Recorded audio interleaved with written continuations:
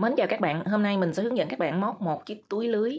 Mình trải nghiệm hai dòng sợi, đó là dòng sợi Macrame 2mm, túi màu xanh này các bạn, và dòng sợi Simply, túi màu trắng kem. Thì sau khi trải nghiệm hai dòng sợi mình nói qua, để các bạn có thể chọn lựa dòng sợi nào phù hợp ha. Cái dòng sợi Macrame 2mm thì trong quá trình thao tác các bạn móc rất là êm tay, và khi thành phẩm thì chiếc túi nhìn nó bóng mượt hơn so với dòng sợi Simply. Nhưng khi thành phẩm rồi thì dòng sợi Macrame này nó mềm, nó không có đứng firm bằng so với dòng sợi Simply. Thì dòng sợi Simply các bạn thao tác nó hơi đau tay chút xíu, nhưng mà khi thành phẩm thì chiếc túi nó sẽ đứng firm, đứng dáng hơn so với dòng sợi Macrame.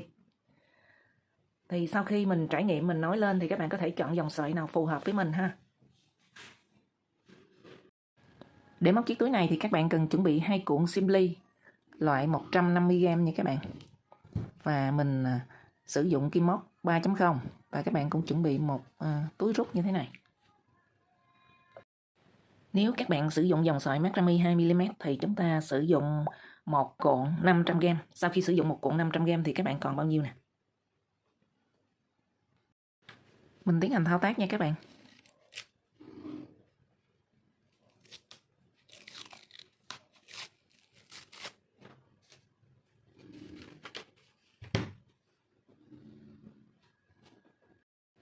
Trước tiên các bạn tạo vòng tròn ma thuật nè. Sau đó các bạn sẽ lên 3 bính.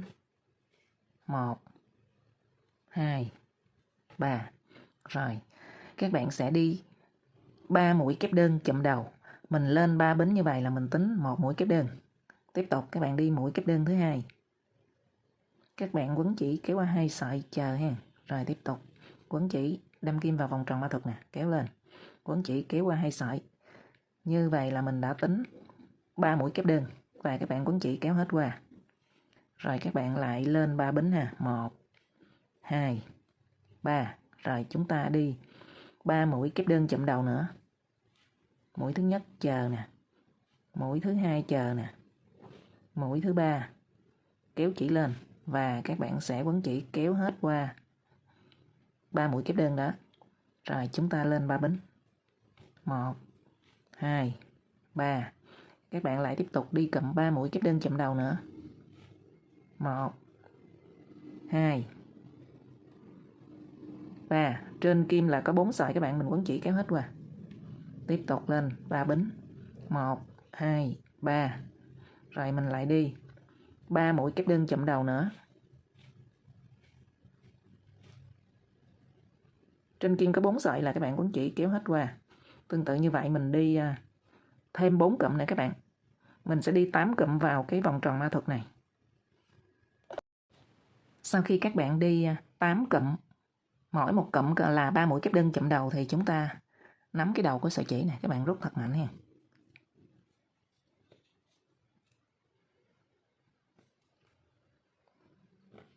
Rồi các bạn kết vòng bằng một mũi trượt, các bạn đâm kim vào cái mũi mà các bạn đi cụm đầu tiên chúng ta chụm đầu lại đó, các bạn đâm kim vào cái chân mũi đó, các bạn kéo chỉ trượt lên nè. Rồi sau đó các bạn đi một mũi trượt vào cái khoảng trống này nè, khoảng trống mà mình đã lên 3 bính đó. Rồi bây giờ các bạn sẽ lên 3 bính. Mình cũng đi 3 mũi kép đơn chụm đầu, các bạn quấn chỉ nè, đâm kim vào cái khoảng trống này nè, quấn chỉ kéo lên chờ nè. Chưa, quấn chỉ kéo lên rồi sau đó quấn chỉ kéo qua, rồi mình mới chờ, nói nhầm đó các bạn. Rồi tiếp tục ha. Mình quấn chỉ đâm kim vào cái khoảng trống, kéo chỉ lên, quấn chỉ kéo qua. Do mình lên 3 bính là các bạn tính một mũi kép đơn rồi. Mình đi 2 mũi chờ nữa là mình kéo chỉ qua. Rồi các bạn lên 3 bính nè, 1 2 3. Các bạn sẽ đi vào cái khoảng trống chung chân với lại 3 mũi kép đơn ban đầu đó, các bạn sẽ đi 3 mũi kép đơn chụm đầu nữa.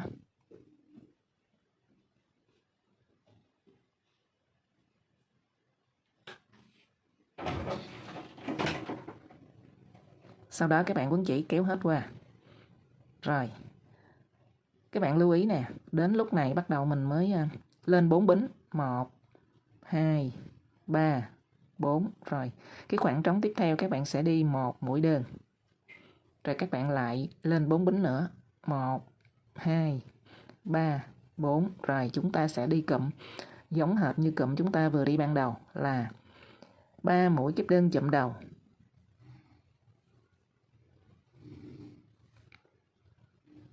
Rồi, các bạn sẽ lên 3 bính, 1, 2, 3. Các bạn lưu ý không phải là mình lên lộn xộn, có lúc 3 bính, có lúc 4 bính, không phải nha các bạn. Ở giữa hai cụm 3 mũi kép đơn chụm đầu là các bạn lên 3 bính, còn lại là mình lên 4 bính. Rồi bây giờ mình lên 3 bính xong các bạn sẽ đi 3 mũi kép đơn chụm đầu nữa.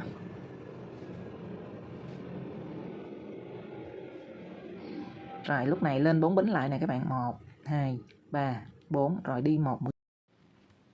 Rồi các bạn lặp lại như vậy đến cuối vòng thì chúng ta sẽ có 4 cụm lớn sẽ phát triển thành 4 gốc nè các bạn. Rồi bây giờ các bạn sẽ kết vòng bằng một mũi trượt. Các bạn đâm kim vào chân mũi mà các bạn đi hàng thứ hai mà cụm đầu tiên đó. Các bạn đâm kim vào đây nè. Kéo chỉ trượt lên. Trượt qua luôn. Trước khi đi một hàng mới thì các bạn nhớ trượt vào khoảng trống một mũi nữa. Rồi chúng ta vừa hoàn thành 2 vòng ha. Bây giờ mình lên vòng 3. Các bạn sẽ lên 3 bính. Rồi các bạn lưu ý nè, ở 4 góc. Ví dụ các bạn sợ nhầm thì mình dùng kim đánh dấu để các bạn đánh dấu cho nó dễ hơn.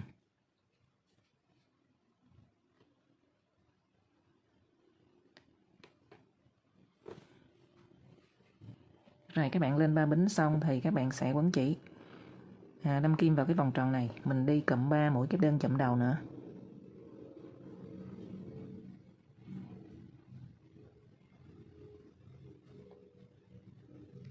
Sau đó các bạn lên 3 bính. 1, 2, 3. Rồi mình lại đi 3 mũi kép đơn chụm đầu nữa vào cái khoảng trống này nè, ngay cái góc đó các bạn. Mình đang ở vòng 3 nha các bạn.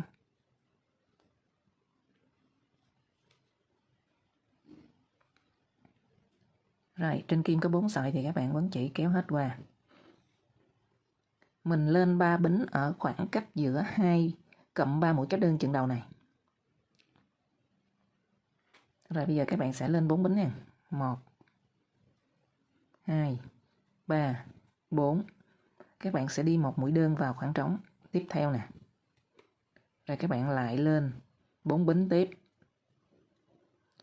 Ngoài 4 góc như thế này thì các bạn lên 3 bính, còn lại chúng ta lên 4 bính hết ha. Rồi các bạn đi vào khoảng trống tiếp theo nè, một mũi đơn. Rồi các bạn lại lên 4 bính nữa. Chúng ta sẽ đi cụm 3 mũi kép đơn chụm đầu. Các bạn có thể bỏ cái kim đánh dấu luôn cũng được. Rồi mình đi cụm 3 mũi kép đơn chụm đầu ha.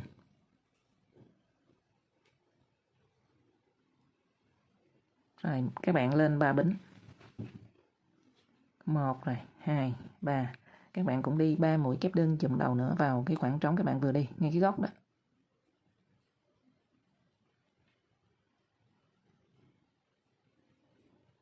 Rồi lúc này là ở tạm gọi là cạnh góc vuông đi các bạn. Đây, những cạnh như thế này nè. Thì các bạn lên 4 bính, còn lại ở phần gốc thì các bạn lên 3 bính ha. Rồi mình đi hết vòng 3 mình lặp lại giống hệt như cạnh chúng ta vừa đi nè các bạn. Mình lặp lại thêm 3 cạnh. Rồi đến cuối vòng 3 thì các bạn cũng kết vòng bằng một mũi trượt. Các bạn đâm kim vào cái chân mũi chùm đầu đó. Các bạn kéo chỉ trượt lên nha. Rồi mình lên vòng 4. Thì trước khi lên vòng 4 các bạn sẽ đi một mũi trượt vào khoảng trống này. Rồi các bạn lên 3 bính nè. Và từ đây đến kết thúc phần thân túi, đáy túi và thân túi luôn thì các bạn đều đi cụm như thế này. 4 góc thì các bạn đều đi 3 mũi kép đơn chụm đầu rồi lên 3 bính. Đây, mình đi ở cụm đầu tiên thì các bạn lên 3 bính rồi đi thêm 2 mũi kép đơn chờ. Sau đó trên kim có 3 sợi thì các bạn quấn chỉ kéo hết qua. Rồi mình lên 3 bính nè. 1, 2, 3. Tiếp tục đi cụm 3 mũi kép đơn chụm đầu nữa. 1, 2, 3. Trên kim có 4 sợi thì các bạn quấn chỉ kéo hết qua. Rồi lúc này các bạn lên 4 bính nha. 1, 2, 3, 4.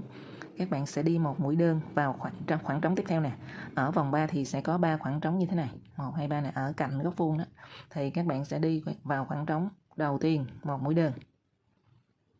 Và sau đó cái khoảng trống ở giữa này nè, các bạn sẽ đi là 8 mũi kép đơn. 8 mũi kép đơn chung chân vào cái khoảng trống này nha các bạn. Mũi kép đơn thứ nhất nè. Mũi kép đơn thứ hai nè. Mũi kép đơn thứ ba. Mũi kép đơn thứ tư. Mũi kép đơn thứ năm. Mũi kép đơn thứ sáu. Mũi kép đơn thứ bảy và mũi kép đơn thứ 8. Sau đó các bạn sẽ đi một mũi đơn vào khoảng trống tiếp theo. Lên 4 bính, 1 2 3 4. Chúng ta lặp lại cụm ban đầu nè các bạn. 3 mũi kép đơn chụm đầu. Đến góc vuông đó các bạn, 3 mũi kép đơn chụm đầu.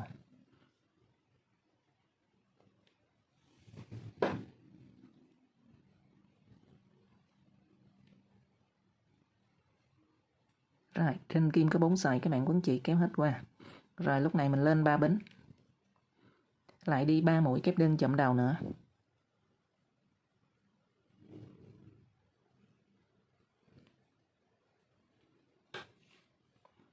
Và các bạn lặp lại nè. Mình lên 4 bính, đi một mũi đơn.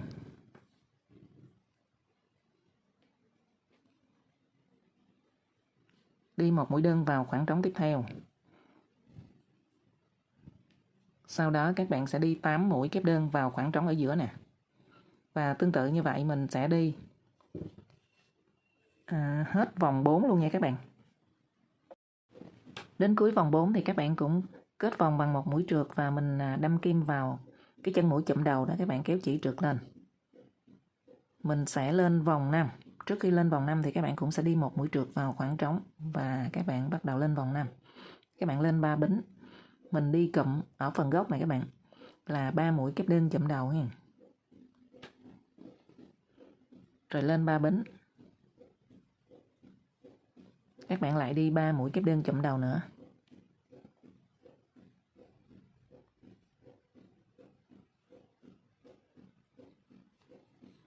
Rồi bắt đầu các bạn lên 4 bính hết ha. Các bạn lên 4 bính nè, 1 2 3 4, rồi đi một mũi đơn vào cái khoảng trống. Mình đang ở vòng 5 đó nha các bạn. Rồi chúng ta lại lên 4 bính, 1 2 3 4. Các bạn đi mũi đơn vào chân mũi thứ 3 nè. Ở khoảng giữa này là các bạn sẽ có 8 mũi kép đơn. Các bạn đếm là 1 2 3 đến chân mũi thứ 3 nè, các bạn sẽ đi một mũi đơn. Rồi các bạn lại lên 4 bính nữa. Sau đó các bạn đếm nè, 1 2. Mình bỏ 2 chân mũi, mình đi một mũi đơn. Hoặc là các bạn đếm ngược lại 1 2 3. Từ bên trái các bạn đếm ngược lại là các bạn đi một mũi đơn. Rồi chúng ta lại lên 4 bính. Các bạn đi một mũi đơn vào khoảng trống.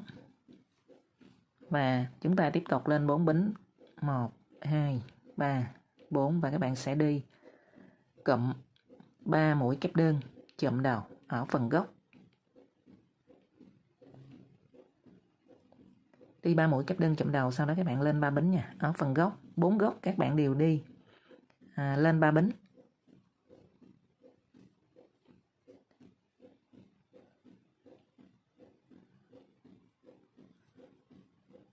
Rồi tương tự như vậy mình sẽ đi 4 cạnh góc vuông còn lại nha các bạn. Đến cuối vòng 5 thì các bạn cũng kết vòng bằng một mũi trượt. Mình đâm kim qua chân mũi chụm đầu đó các bạn. Đây. Trượt lên.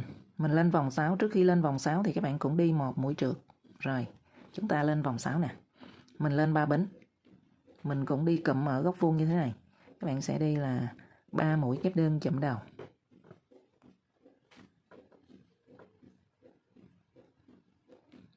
Sau đó lên 3 bính và tiếp tục mình cũng đi 3 mũi kép đơn chụm đầu nữa.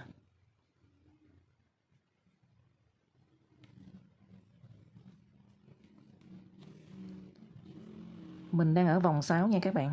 Rồi chúng ta lên 4 bính. 1 2 3 4. Các bạn sẽ đi một mũi đơn vào khoảng trống. Khoảng trống đầu tiên nè, ở cạnh góc vuông á các bạn, vòng 6 thì chúng ta sẽ có 1, 2, 3, 4, 5. 5 khoảng trống nha. Rồi, mình sẽ đi vào khoảng trống đầu tiên một mũi đơn.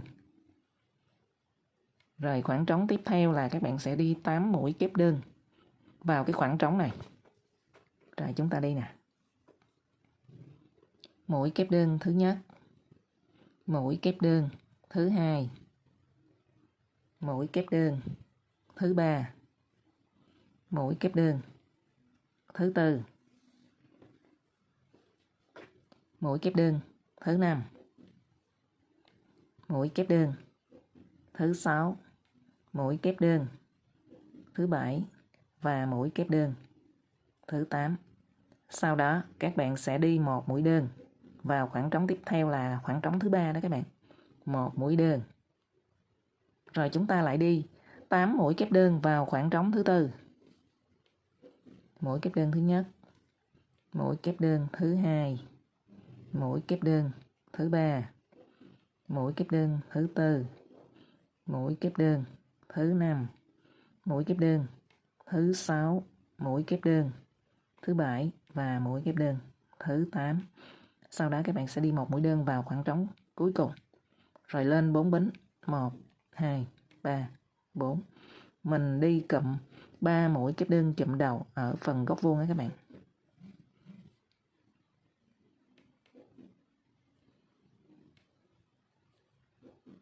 Lên 3 bính. Tiếp tục đi cụm 3 mũi kép đơn chụm đầu nữa.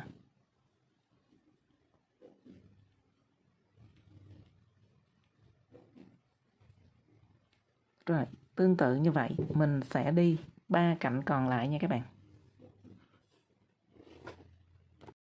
Rồi, các bạn cũng kết thúc vòng 6 bằng một mũi trượt. Sau đó các bạn trượt vào khoảng trống ở góc vuông này một mũi trượt. Rồi chúng ta lên vòng 7 nha. Các bạn lên 3 bính, mình cũng đi 3 mũi kép đơn chụm đầu.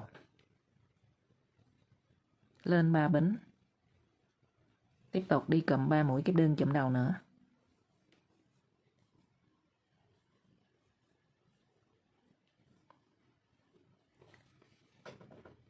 Rồi, bây giờ các bạn lên 4 bính hết ha. Chúng ta lên 4 bính nè. 1, 2, 3, 4. Đi một mũi đơn vào khoảng trống đầu tiên. Lên 4 bính nữa. 1, 2, 3, 4. Các bạn đi vào chân mũi thứ ba. 1, 2, 3. 1 mũi đơn. Tiếp tục lên 4 bính nữa. 1, 2, 3, 4. Bỏ 2 chân mũi. Đi vào chân mũi tiếp theo. Hoặc là các bạn đếm ngược lại. 1, 2, 3. Đi một mũi đơn. Các bạn lại lên 4 bính. Đây. Nơi tiếp giáp của hai cụm thì các bạn vẫn đếm y như vậy là 1, 2, 3. Đến chân mũi thứ ba. Đi một mũi đơn. Tiếp tục lên 4 bính nữa. Bỏ 2 chân mũi. 1, 2. Chân mũi thứ ba. Đi một mũi đơn. Tiếp tục lên 4 bính nữa.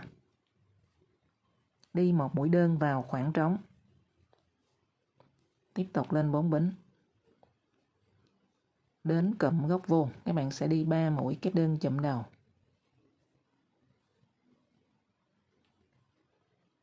Lên 3 bính, ở góc là lên 3 bính nha các bạn. Rồi chúng ta lại đi 3 mũi kép đơn chụm đầu nữa.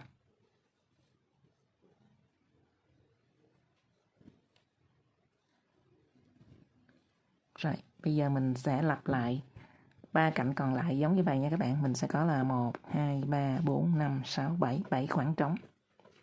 Rồi, chúng ta thao tác ha. Đến cuối vòng 7 thì các bạn cũng kết vòng bằng một mũi trượt và mình trượt thêm một mũi vào khoảng trống nha. Rồi, trượt một mũi vào khoảng trống.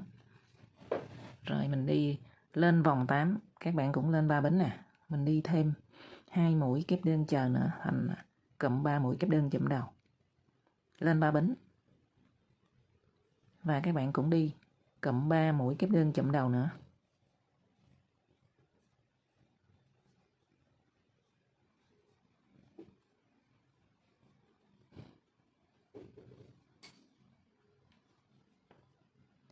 Các bạn lên 4 bính, sau khi đi cụm ở góc vuông rồi, các bạn lên 4 bính ha. 1, 2, 3, 4. đi một mũi đơn vào khoảng trống đầu tiên. Rồi các bạn đi 8 mũi kép đơn vào khoảng trống thứ hai. Các bạn sẽ có là 1, 2, 3, 4, 5, 6, 7. 7 khoảng trống thì các bạn sẽ đi vào khoảng trống thứ hai là 8 mũi kép đơn.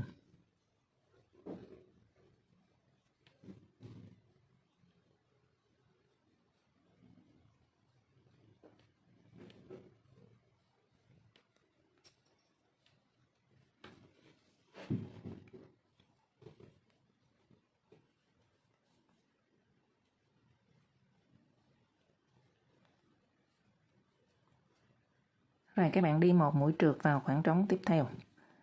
Sau đó các bạn lại đi 8 mũi kép đơn vào khoảng trống thứ tư. Rồi 8 mũi kép đơn vào khoảng trống thứ 6. Các bạn lặp lại y như vậy đó. Bây giờ mình đi 8 mũi kép đơn, đi một mũi đơn vào khoảng trống tiếp theo. Rồi đi 8 mũi kép đơn, đi vào mũi đơn vào khoảng trống tiếp theo nè. Rồi đi 8 mũi kép đơn, đi một mũi đơn vào khoảng trống tiếp theo và lên 4 bính mình đi cụm góc vuông. Rồi chúng ta cùng thao tác nha các bạn. Rồi kết thúc vòng 8, các bạn cũng kết vòng bằng một mũi trượt. Mình lên vòng 9 nha các bạn. Trước khi lên vòng 9 thì các bạn cũng trượt một mũi vào cái khoảng trống. Rồi chúng ta lên 3 bính. Các bạn đi cụm 3 mũi kép đơn chụm đầu. Rồi như thông lệ là chúng ta tính 3 mũi bính là một mũi kép đơn và mình đi thêm 2 mũi nữa chụm đầu. Rồi chúng ta lên 3 bính và các bạn cũng đi 3 mũi kép đơn chụm đầu nữa. Rồi bắt đầu lên 4 bính nha các bạn. 1, 2, 3, 4. Đi một mũi đơn vào khoảng trống đầu tiên. Rồi lên 4 bính. Đi vào chân mũi thứ 3 của cụm 8 mũi kép đơn chung chân này các bạn. Chung một khoảng trống này nè. 1, 2, 3. Tiếp tục. Các bạn lên 4 bính nữa. 1 rồi, 2, 3, 4. Bỏ 2 chân mũi. Đi vào chân mũi tiếp theo hoặc là các bạn đếm ngược lại 1, 2, 3. Rồi các bạn tiếp tục lên 4 bính. Cụm tiếp theo các bạn cũng đi y như vậy. Mình đếm là 1, 2, 3. Chân mũi thứ 3. Rồi tương tự như vậy chúng ta đi hết vòng 9 nha các bạn.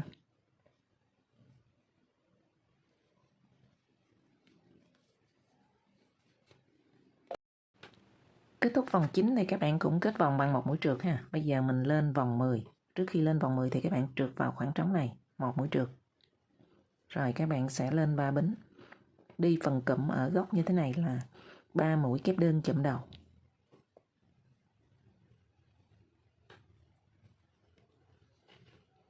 Rồi các bạn lên 3 bính này. Tiếp tục đi cụm 3 mũi kép đơn chụm đầu nữa. Mình đang ở vòng 10 nha các bạn. Rồi, các bạn bắt đầu lên 4 bính hết. Đó, 1, 2, 3, 4. Rồi, các bạn đi một mũi đơn vào khoảng trống đầu tiên. Ở vòng thứ 9 thì các bạn sẽ có 9 khoảng trống cho mỗi cạnh như thế này. 1, 2, 3, 4, 5, 6, 7, 8, 9. Rồi, khoảng trống đầu tiên thì các bạn đi một mũi đơn. Rồi chúng ta đi cụm 8 mũi kép đơn chung vào cái khoảng trống thứ hai này. 2 mũi kép đơn rồi. Tiếp tục. Mũi kép đơn thứ 3, mũi kép đơn thứ 4, mũi kép đơn thứ 5, mũi kép đơn thứ 6, mũi kép đơn thứ 7 và mũi kép đơn thứ 8. Rồi các bạn lại đi một mũi đơn vào khoảng trống tiếp theo. Tiếp tục đi cụm 8 mũi kép đơn chung chân vào cái khoảng trống này nha các bạn. Và tương tự như vậy thì chúng ta sẽ đi là một cụm nè, 2 cụm, 3 cụm, 4 cụm. Các bạn sẽ đi 4 cụm là 8 mũi kép đơn như thế này.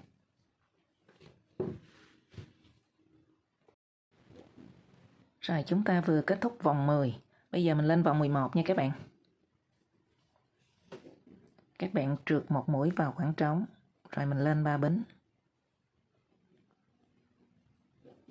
Ở phần gốc mình vẫn đi 3 mũi kép đơn chụm đầu và lên 3 bính. Tiếp tục đi 3 mũi kép đơn chụm đầu nữa.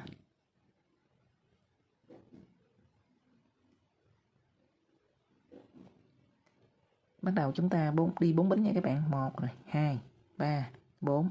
Đi vào khoảng trống đầu tiên. Lên 4 bính tiếp. Đi vào chân mũi thứ 3, 1, 2, 3. Phần cụm 8 mũi kép đơn chung chân này các bạn. 1, 2, 3. Rồi chúng ta lại lên 4 bính. Tiếp tục các bạn bỏ 2 chân mũi, 1, 2. Đến chân mũi thứ 3.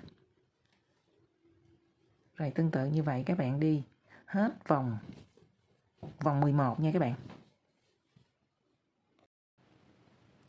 Kết thúc vòng số 11 bằng một mũi trượt thì mình lên vòng số 12 các bạn.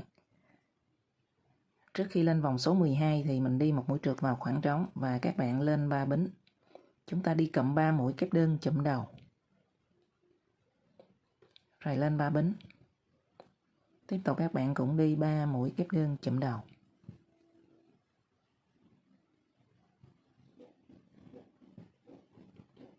Rồi, các bạn lên 4 bính, 1, 2, 3, 4. Mình đi mũi đơn vào khoảng trống đầu tiên. Mình sẽ có mỗi cạnh góc vuông là 1, 2, 3, 4, 5, 6, 7, 8, 9, 10, 11. 11 khoảng trống nha các bạn. Rồi mình đi một mũi đơn vào khoảng trống đầu tiên. Khoảng trống thứ hai thì mình sẽ đi cụm 8 mũi kép đơn chung chân.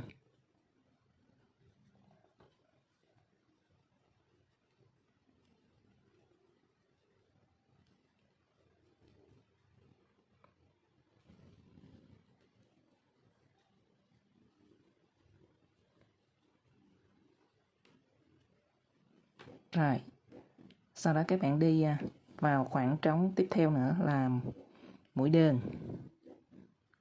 Và các bạn cũng đi cụm 8 mũi kép đơn chung chân nữa.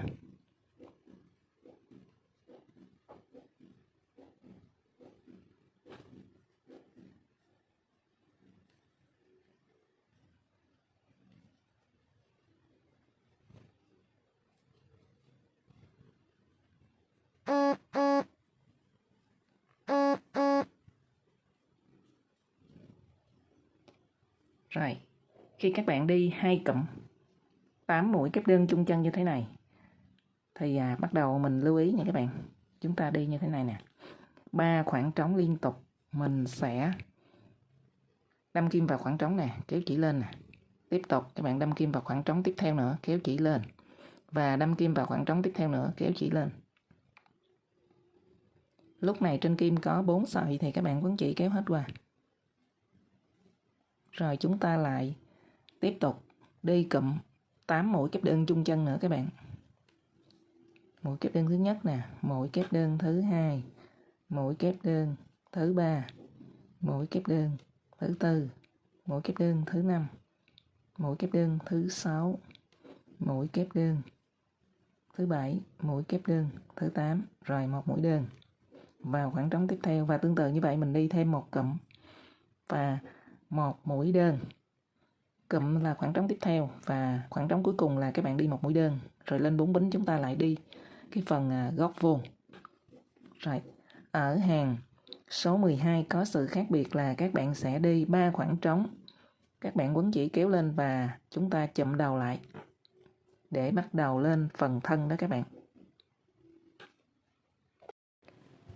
Sau khi các bạn đi vòng số 12 xong, các bạn nhìn nó gần ra dáng một cái túi rồi ha. Rồi bây giờ mình lên vòng số 13. Các bạn cũng đi vào khoảng trống ngay góc này một mũi trượt. Rồi chúng ta sẽ lên 3 bính, đi 3 mũi kép đơn chụm đầu.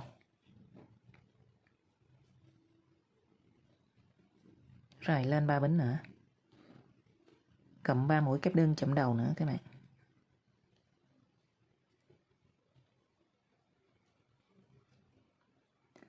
Để bắt đầu các bạn lên 4 bính nha. Chỉ có ngay góc này là mình lên 3 bính thôi, còn lại là lên 4 bính hết. Rồi các bạn lại đi vào khoảng trống một mũi đơn, lên 4 bính tiếp, đi vào chân mũi thứ 3,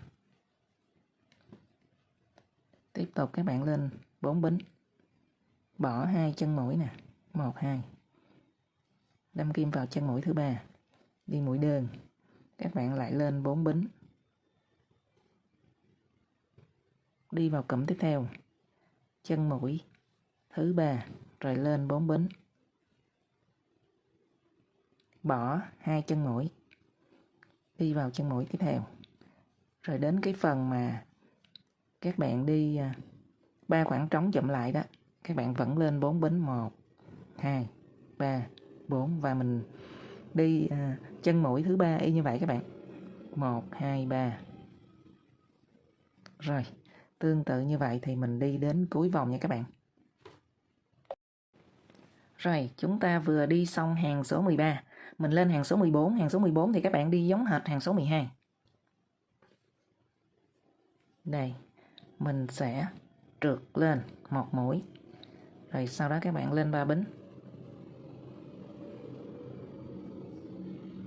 Đi cụm 3 mũi kép đơn chậm đầu.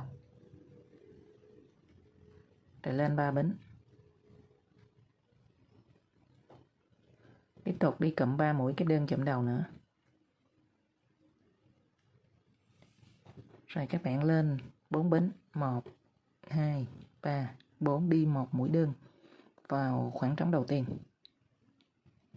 Rồi mình sẽ đi 8 mũi kép đơn chung chân vào cái khoảng trống này các bạn. Mình đang ở hàng số 14 nha các bạn. Sau khi các bạn đi 2 cụm, mỗi một cụm là 8 mũi kép đơn chung chân như thế này, thì các bạn đi giống hệt hàng số 12 luôn. Mình sẽ lòn kim vào 3 khoảng trống và mình chậm đầu lại ha. Rồi, tiếp tục các bạn đi 2 cụm 8 mũi kép đơn chung chân như thế này.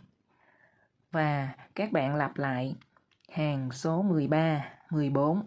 Sau khi đi hàng 14 xong thì các bạn lặp lại hàng số 13, 14, 13, 14. Các bạn lặp lại đến hàng số 22 ha. Đây, các bạn đi như thế này.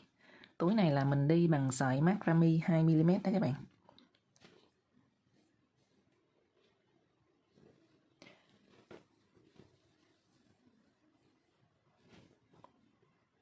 Rồi, bây giờ mình thao tác nha các bạn. Các bạn đếm từ cái phần đáy túi lên đến phần miệng túi luôn thì chúng ta có 22 hàng.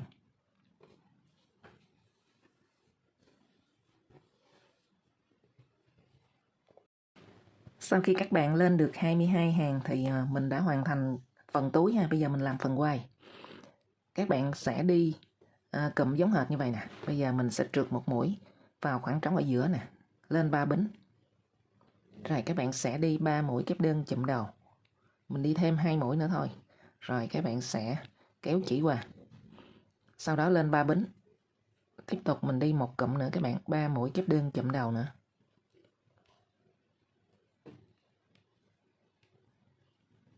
Rồi, kéo chỉ hết qua, sau đó các bạn lên một bính, xoay lại. Mình đi 2 mũi trượt các bạn, mũi trượt thứ nhất nè. Mũi trượt thứ hai là vào cái khoảng trống và tiếp tục đi cụm 3 mũi kép đơn chụm đầu. Mình lên 3 bính là mình tính một mũi rồi. Mũi thứ hai, mũi kép đơn thứ 3, kéo chỉ qua. Sau đó các bạn lên 3 bính. Tiếp tục đi cụm 3 mũi kép đơn chụm đầu nữa.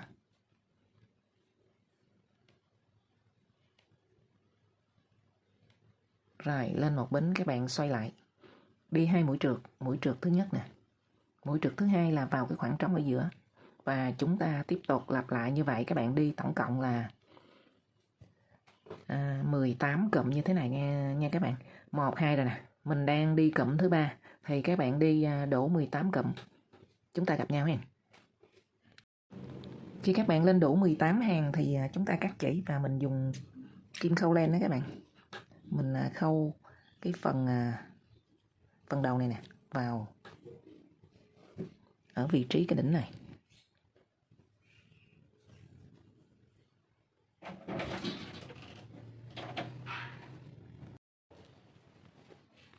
Các bạn vuốt thẳng ra nha. Rồi sau đó chúng ta khâu vào.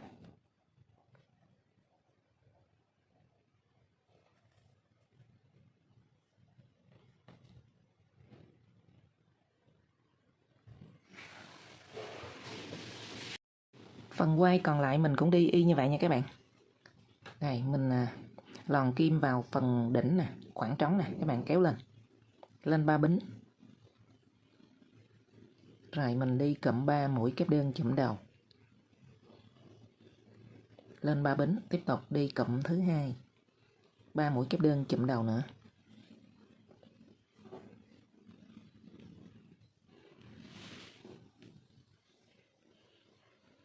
Lên 1 bính xoay lại và mình đi 2 mũi trượt. Rồi chúng ta tiếp tục đi. Các bạn đi 18 hàng như vậy và mình khâu vào phần đỉnh còn lại ha. Sau khi các bạn đi phần quay xong thì mình sẽ đi một bông hoa như thế này. Các bạn đi 2 mảnh để chúng ta khâu lại và để gòn vào bên trong cho nó phồng lên cho nó đẹp ha. Giống như cái màu xanh như thế này các bạn.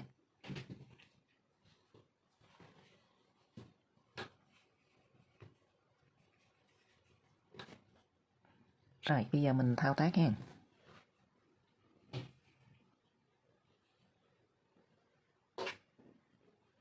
Các bạn chọn cái màu sắc ở phần giữa cổ hoa như thế này cho nó nổi lên ha.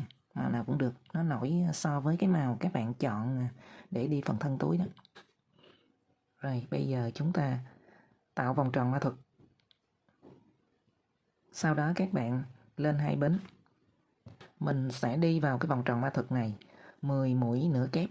Các bạn quấn chỉ, đâm kim vào vòng tròn kéo lên. Trên kim có 3 sợi thì các bạn quấn chỉ kéo hết qua. Và chúng ta làm y như vậy 10 mũi, được 2 mũi rồi. 3 mũi nửa kép nè. 4 mũi nửa kép. 5 mũi nửa kép. 6 mũi nửa kép. 7 mũi nửa kép. 8 mũi nửa kép. 9 mũi nửa kép. Và 10 mũi nửa kép. Sau đó các bạn nắm cái đầu với sợi chỉ nè, mình rút mạnh nha. Rồi, các bạn kết vòng bằng 1 mũi trượt. Lên vòng 2, các bạn cũng lên 2 bính và mình sẽ đi 1x 1v các bạn.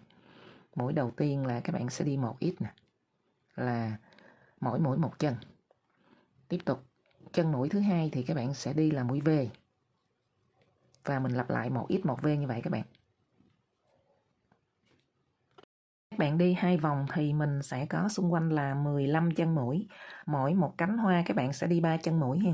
Bây giờ các bạn đi bắt đầu từ đâu cũng được. Các bạn đâm kim xuống nè. Kéo chỉ lên.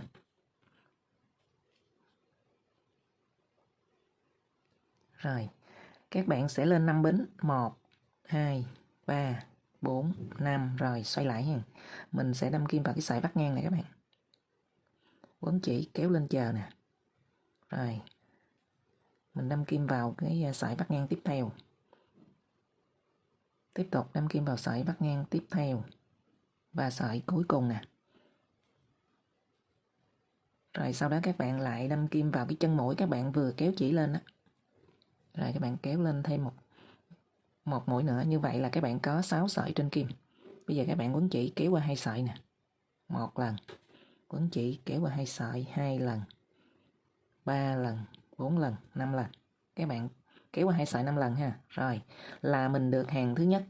Bây giờ các bạn đi hàng thứ hai, các bạn lên 1 bính và xoay lại nè, những cái sợi vắt ngang như thế này nè các bạn. Mình đâm kim vào đây nè, 1 2 3 4 5. Đây, các bạn đâm kim qua, kéo lên chờ. 1 2 các bạn kéo lên 2 mũi rồi ha. 3 4 5. Và ở hàng thứ hai này các bạn cũng đâm kim vào chung chân với hàng chúng ta vừa đi luôn. Trên kim có 7 sợi, các bạn quấn chỉ kéo qua 2 sợi nè. Kéo qua 2 sợi đến cuối hàng luôn. Rồi ở hàng thứ ba thì các bạn đi giống hệt hàng thứ hai, chúng ta không có lên 1 bính mà các bạn kéo chỉ qua rồi các bạn sẽ quay lại. Đâm kim vào cái sợi vắt ngang nè, quấn chỉ kéo lên. 1 nè. 2 3 4 5.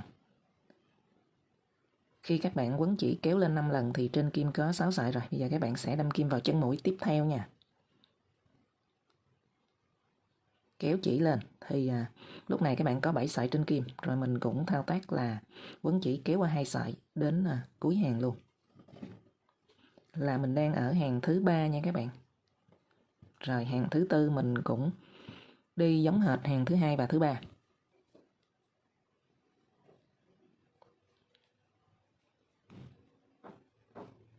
Sau đó các bạn đâm kim vào chung chân của hàng thứ 3 luôn, kéo chỉ lên, rồi mình cũng thao tác là quấn chỉ kéo qua 2 sợi đến cuối hàng. Đến hàng thứ 5 thì các bạn bỏ cái sợi đầu nè, cái sợi bắt ngang đầu tiên nè, mình bỏ, mình giảm mũi á. Các bạn đâm kim vào sợi tiếp theo nè, quấn chỉ kéo lên chờ.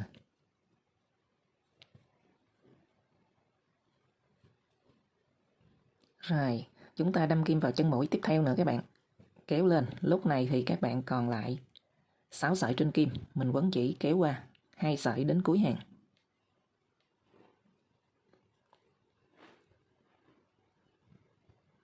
Tiếp tục, hàng thứ 6 thì các bạn cũng bỏ một sợi bắt ngang đầu hàng nè. Các bạn đâm kim vào sợi tiếp theo, quấn chỉ kéo lên chờ. Rồi, lúc này hàng cuối cùng nên các bạn sẽ đâm kim vào chung chân mũi với hàng thứ 5 luôn. Rồi mình quấn chỉ kéo qua 2 sợi đến cuối hàng. Và kết thúc cánh hoa là các bạn sẽ trượt, mình đâm kim vào sợi bắt ngang nè, kéo chỉ trượt lên. Kéo chỉ trượt lên. Các bạn đi 4 mũi trượt, chúng ta đi 2 mũi trượt rồi, mũi trượt thứ 3.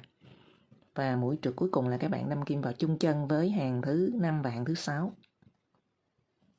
Là các bạn đã được một cánh hoa. Bắt đầu một cánh hoa mới thì các bạn trượt vào chân mũi tiếp theo. Rồi chúng ta lên 5 bính. Mình lặp lại y như cánh hoa ban đầu nha các bạn, và chúng ta sẽ đi 5 cánh hoa. Rồi sau khi các bạn đi xong cánh hoa thì mình sẽ khâu lại ha. Các bạn ấp mặt trái vào nhau nè. Các bạn đâm kim vào một sợi của cánh hoa trên và một sợi của cánh hoa dưới.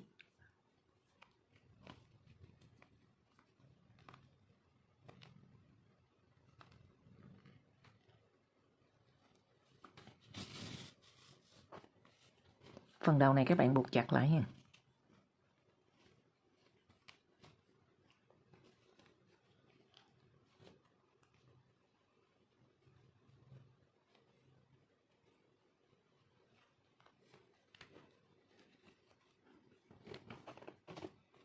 Rồi bây giờ chúng ta đi nè.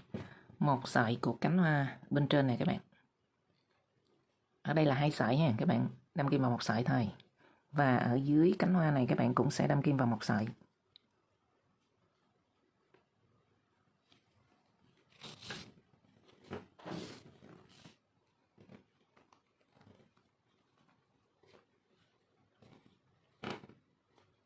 Rồi tiếp tục như vậy các bạn sẽ khâu 2 mảnh lại với nhau.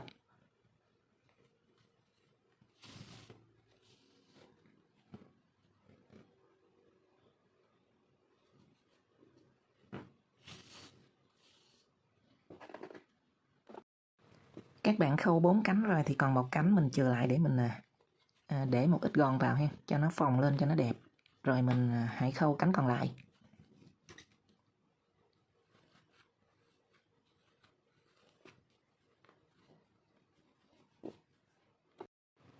Hoa đã xong thì bây giờ các bạn lên khoảng 40 bính để làm dây mình buộc vào túi á các bạn.